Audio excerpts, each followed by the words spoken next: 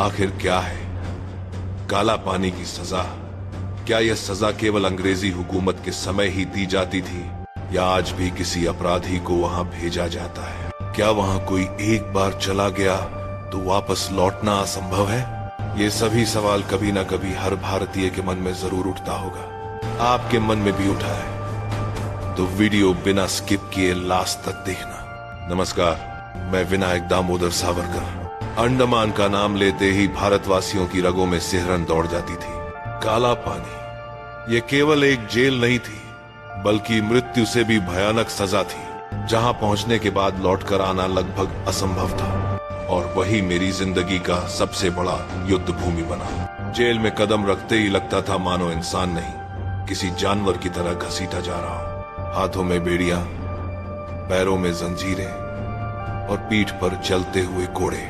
सैकड़ों देशभक्त, कोई बंगाल से, कोई पंजाब से, सब एक ही दर्द में कराह रहे थे। यहाँ हर दिन इंसानियत का खून होता था, परंतु अत्याचारों ने मेरे हृदय को तोड़ा नहीं, बल्कि और मजबूत किया। जब भी मैं बेड़ियों की खनक सुनता तो मुझे याद आता, ये लोहकड़ियां मुझे नहीं, मेरे देश को बांध रही हैं। और तभी मन में प्रतिज्ञा करता, यदि जिंदा बाहर गया तो भारत को आजाद कराऊंगा।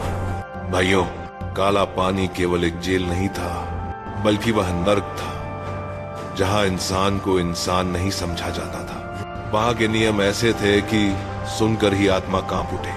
कैदियों के लिए पहला नियम था, सुबह सूरज उगने से पहले उठो और दिन भर बिना रुके कठोर श्रम करो। कोल्हू के बैल की तरह तेल निकालो या फिर हाथों से नारियल छीलो, रस्सी बुनो। जब तक हाथ छिल न जाए, खून न बह निकले, आराम की इजाजत नहीं। भोजन का नियम भी अपमान का प्रतीक था।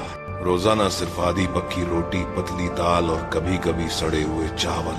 अगर कोई कैदी खाना छोड़ दे या विरोध करे तो उसे कोड़े मारे जाते या 2 दिन के लिए अंधेरी कोठरी में डाल दिया जाता। यहाँ तक कि कैदियों को आपस में बातचीत करने की मना थी। जेल की दीवारें हमारी जुबान बंद करने के लिए थी।